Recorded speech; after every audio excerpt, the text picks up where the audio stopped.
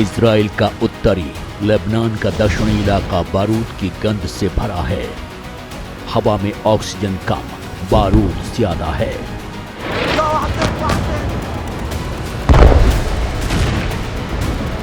लेकिन 27 सितंबर का दिन हिजबुल्लाह एंड कंपनी के लिए कयामत वाला था, क्योंकि शुक्रवार की सुबह कोई आम सुबह नहीं थी। रात से ही लेबनान की राजधानी बैरूत बम धमाकों से गूंज रही थी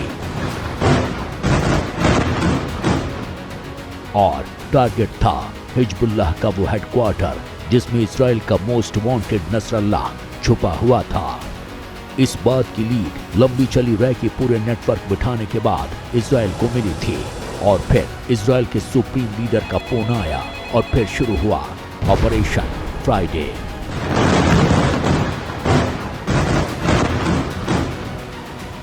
देखते ही देखते बैरूत का दहिया रॉकेट के धमाकों से गूंज उठा।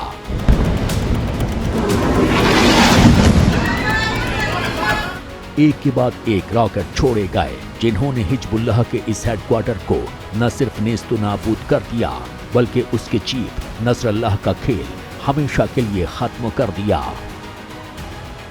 हिजबुल्लाह का चीफ नसरल्लाह लंबे समय से बंकर में रहता था। वो इसे अपना अभेद किला मानता था। उसे लगता था कि यहाँ उसे कोई मार नहीं सकता है। लेकिन इजराइल ने 11 दिन के अंदर पूरा खेल बदल दिया।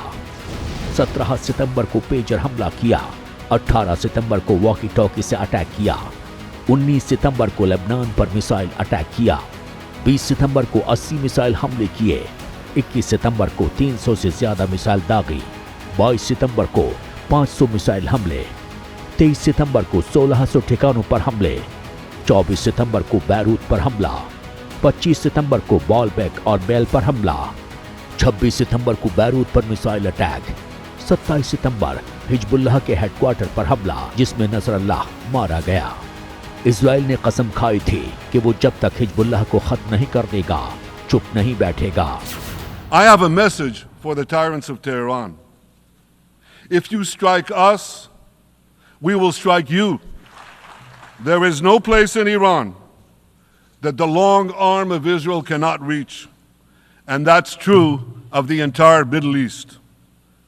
Far from being lambs led to the slaughter, Israel's soldiers have fought back with incredible courage and with heroic sacrifice. And I have another message for this assembly and for the world outside this hall.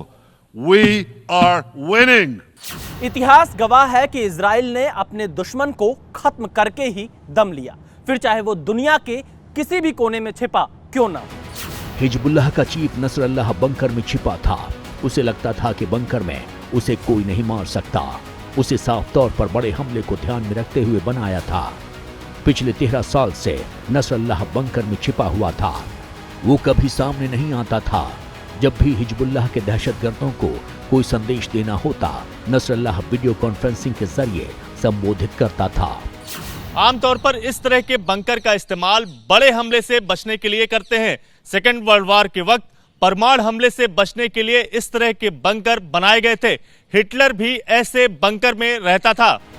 लेकिन Israel ने इतने rocket दागे कि जिस bunker को Nasrallah सबसे safe समझता था उसमें ही उसकी कब्र बना दी गई और अब करीब करीब हिजबुल्लाह की टेरर टीम ऑल आउट हो चुकी है, क्योंकि अब सिर्फ बारेद यूनिट का कमांडर अबू अली रिदा बचा है, जिसके खत्म होने के बाद हिजबुल्लाह का झंडा उठाने वाला कोई नहीं होगा।